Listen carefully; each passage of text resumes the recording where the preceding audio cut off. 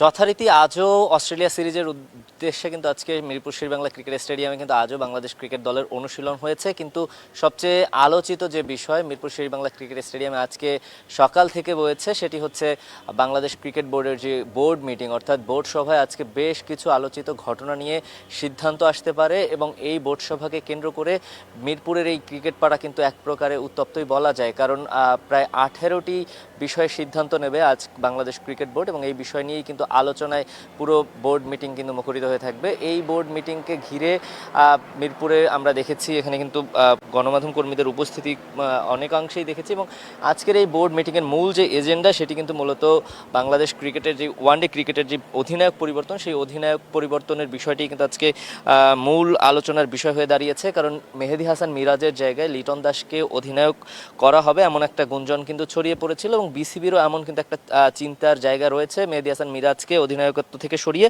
নতুন কাউকে দায়িত্ব দেওয়া। সেই চিন্তা কিন্তু গণমাধ্যমে উঠে এসেছে, আমরা দেখেছি বিসিবির বেশ কিছু সূত্র কিন্তু সেই খবর নিশ্চিত করেছে। সেই জায়গা থেকে আজকের এই মিটিংয়ের মূল যে আলোচনার বিষয় সেটি কিন্তু অধিনায়কত্ব পরিবর্তন। অন্যদিকে যদি আরেকটা বিষয় জানিয়ে রাখি, বাংলাদেশ দল কিন্তু এই মুহূর্তে ইনজুরিতে জর্জরিত একটা দল। এমন একটা অবস্থায় বাংলাদেশ অস্ট্রেলিয়ার বিপক্ষে সিরিজ খেলতে যাচ্ছে যেখানে 5 থেকে 6 জন ক্রিকেটার কিন্তু দলের বাইরে, যাদেরকে চিন্তা করেই কিন্তু টেস্ট ক্রিকেটের দল ঘোষণা করার কথা ছিল। সেই জায়গা থেকে সবচেয়ে আলোচনার জায়গায় রয়েছে লিটন কুমার দাস।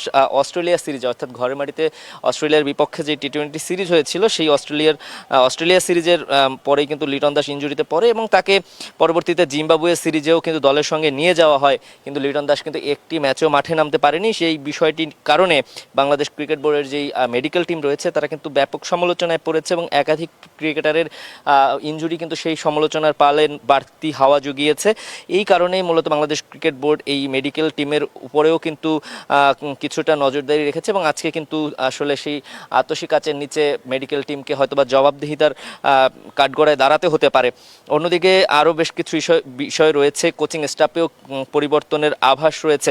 আমরা জানি যেই বাংলাদেশের যেই ভারপ্রাপ্ত ব্যাটিং কোচ ছিলেন সেই মোহাম্মদ আশরাফুল কিন্তু গত সিরিজে কিন্তু তেমন ভালো কোনো আশানুরূপ পারফরমেন্স দলকে দিতে পারেনি। সেই জায়গা থেকে আশরাফুল কিন্তু এই অস্ট্রেলিয়া সিরিজেও কিন্তু এখন এই যে অনুশীলন চলছে সেই অনুশীলনেও কিন্তু আশরাফুলকে দেখা যায়নি।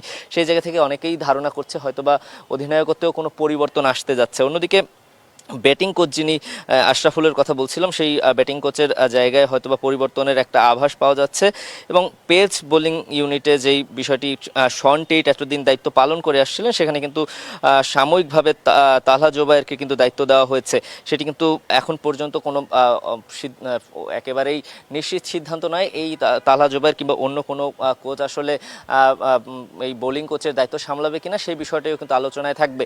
অন্যদিকে নারী ক্রিকেটের আলোচনাও রয়েছে, সেখানে নারী ক্রিকেটারদের যেই সুযোগ সুবিধা কিংবা নারী ক্রিকেটার 8 জন যে বিভাগীয় দায়িত্ব পালন করে থাকে সেখানেও কিন্তু আজকের এই মিটিংয়ে কিন্তু আলোচনায় উঠে আসবে। এছাড়াও বেশ কিছু এজেন্ডা রয়েছে, সেই পূর্বাঞ্চলের যেই ন্যাশনাল ক্রিকেট স্টেডিয়াম হওয়ার কথা সেটি নিয়েও কিন্তু আলোচনায় আজ বোর্ড মিটিংয়ে উঠে আসবে এমন একটা কথাও কিন্তু শোনা যাচ্ছে। এই বোর্ড মিটিং শুরু হওয়ার কথা বেলা 3টার দিকে, সেটি আসলে এখনও প্রায় সন্নিকটেই একেবারে বলা যায়, কারণ 2টা বেজে গিয়েছে। এরপরেই কিন্তু বোর্ড মিটিং শুরু হওয়ার কথা। সেই বোর্ড মিটিং শেষে হয়তোবা এই যে প্রশ্নগুলো রয়েছে বা যে এজেন্ডাগুলো রয়েছে সেগুলোর উত্তর পাওয়া যাবে। যেই বিষয়টি আসলে এই মুহূর্তে বাংলাদেশের সাধারণ সমর্থক যারা রয়েছেন আপনাদের মনে হয়তোবা আশা কিংবা প্রত্যাশা বাড়াচ্ছে যে লিটন দাস আসলে বাংলাদেশ ক্রিকেট দলের অধিনায়কত্বর যেই আর্মব্যান্ড সেটি ইতোমধ্যে টি-20তে তো তিনি অধিনায়ক হিসেবে রয়েছেনই, অন্যদিকে ওয়ানডেতেও কি আসলে লিটন দাসকে অধিনায়ক হিসেবে দেখা যাবে কিনা সেই দৌড়ে কিন্তু লিটন দাস বেশ ভালো করেই টিকে রয়েছে। কারণ মেহেদী হাসান মিরাজের নেতৃত্বে বাংলাদেশ ওয়ানডে ক্রিকেট দল কিন্তু শেষ বছরে কিন্তু তেমন কোনো সফলতা পায়নি এবং জিম্বাবুয়ের মতো দলের বিপক্ষে কিন্তু জিম্বাবুয়ের মাটিতে কিন্তু সিরিজ হেরেছে। সেই জায়গা থেকে লিটন দাসের পারফরমেন্স কিন্তু অনেকটাই উজ্জ্বল। সেই তুলনায় লিটন দাসেরই হয়তো বা সম্ভাবনা রয়েছে। মেহেদী হাসান মিরাজ যেখানে শেষ 13 ম্যাচের যে ওয়ানডে ম্যাচ ঘরের বাইরে অর্থাৎ বিদেশের মাটিতে সেখানে কিন্তু মাত্র 2টি ম্যাচে জয় পেয়েছে।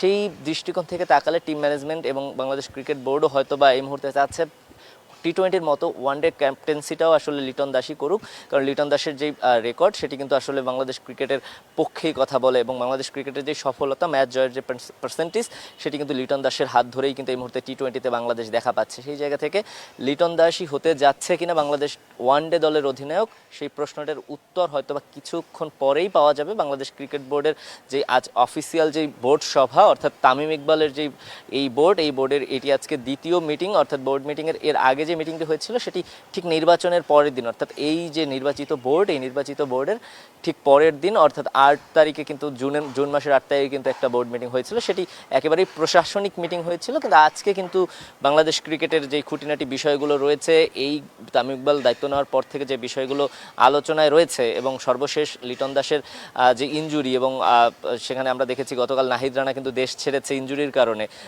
চিকিৎসার জন্য। এই ইনজুরির কনসার্নগুলো কিন্তু বাংলাদেশ ক্রিকেটকে এই মুহূর্তে খুব বেশি চিন্তায় ফেলছে, কারণ অস্ট্রেলিয়ার সিরিজটার জন্য কিন্তু সমস্ত ক্রিকেটাররা মুখিয়ে ছিল, এবং সমর্থকরাও কিন্তু কিছু প্রত্যাশা করছিল বাংলাদেশ দলের কাছে। সেটি হয়তোবা এই খেলোয়াড়দের ইনজুরিতে কিছুটা হলেও ভাটা পড়বে সেই আগ্রহে।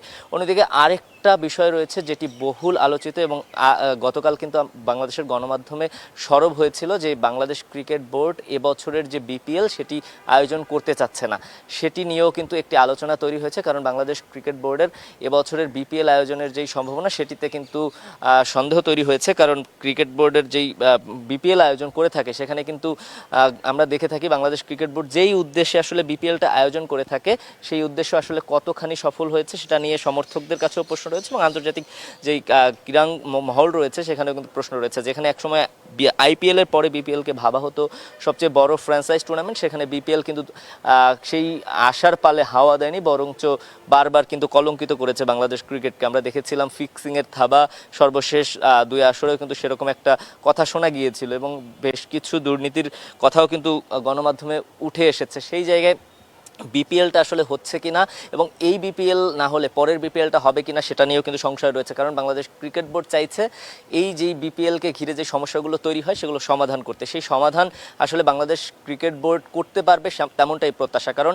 বাংলাদেশ ক্রিকেট বোর্ড যেই ফ্র্যাঞ্চাইজগুলোকে সুযোগ দেয় এই টুর্নামেন্টে অংশগ্রহণ করতে, অর্থাৎ যেই মালিক পক্ষ এই টুর্নামেন্টে অংশগ্রহণ করে যেই দলগুলো, সেই দলগুলো আসলে খেলোয়াড়দের যেই পাওনা কিংবা খেলোয়াড়দের সঙ্গে যেই সব আচরণ করে থাকে, যেই কারণেই মূলত ক্রিকেটটা কিন্তু বিব্রতকর অবস্থায় পড়ছে, এবং বাংলাদেশ ক্রিকেট বোর্ডও বিব্রতকর অবস্থায় পড়ছে।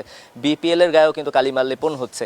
সেই জায়গা থেকে এবার যেন নতুন করে এমন কোনো বিতর্ক না হয়, দরকার হলে যেহেতু একেবারেই সন্নিকটে দাঁড়িয়ে বিপিএল ডিসেম্বর মাসে হওয়ার কথা, ডিসেম্বর মাসের এই বিপিএল যদি তেমন অবস্থায় না থাকে তাহলে হয়তোবা এবার সেই গোজামিলের বিপিএল বাংলাদেশের ক্রিকেট সমর্থকরা দেখবে না। দরকার হলে 1 বছর বন্ধ রেখে পরের বছর একটা পরিকল্পনা নিয়ে এবং সুশৃঙ্খলভাবে বিসিবি কিন্তু বিপিএল আয়োজন করতে চায়। তেমনটাই কিন্তু বাংলাদেশের যে গণমাধ্যম প্রথম আলোতে আমরা এমন একটা প্রতিবেদন দেখেছি, সেখানে কিন্তু তারাও কিন্তু এই ফ্যাক্টগুলোই তুলে ধরেছে, এবং বাংলাদেশ ক্রিকেট বোর্ডের যে আজকে বোর্ড মিটিং সেখানেও কিন্তু এই আলোচনাই থাকবে। এখন দেখা যাক আসলে ওয়ানডে ক্যাপ্টেন্সি পরিবর্তন কিংবা বাংলাদেশের সেই বাংলাদেশ প্রিমিয়ার লিগ যেটা হয়ে থাকে সেটা আসলে এবছর হয় কিনা। বড় সিদ্ধান্তগুলোর জন্য সমর্থকরা মুখিয়ে রয়েছে আরও কিছুক্ষণের অপেক্ষা, কারণ বেলা 3টার সময় কিন্তু বোর্ড মিটিং শুরু হওয়ার কথা। শেষ হতে কতক্ষণ লাগে সেটাও একটা বড় প্রশ্ন, কারণ এর আগে আমরা যতগুলো বোর্ড মিটিংয়ে দেখেছি কিন্তু দীর্ঘ সময় লেগে যেত। আজকে আসলে কতক্ষণে সেই বোর্ড মিটিং সমাপ্ত হয় কিংবা যেই ঘোষণাগুলো আসার কথা বা যেই সিদ্ধান্তগুলো আসার কথা সেটি হয়তো বা সমর্থকদের জানানোর চেষ্টা করব তাৎক্ষণিক। দর্শক, এই ছিল মিরপুর শেরেবাংলা ক্রিকেট স্টেডিয়াম থেকে আমার কাছে সর্বশেষ। পরবর্তী লাইভে আবারও আপনাদের সঙ্গে যুক্ত হব। ততক্ষণ পর্যন্ত ভালো থাকুন, সুস্থ থাকুন, কালের কণ্ঠের সঙ্গেই থাকুন।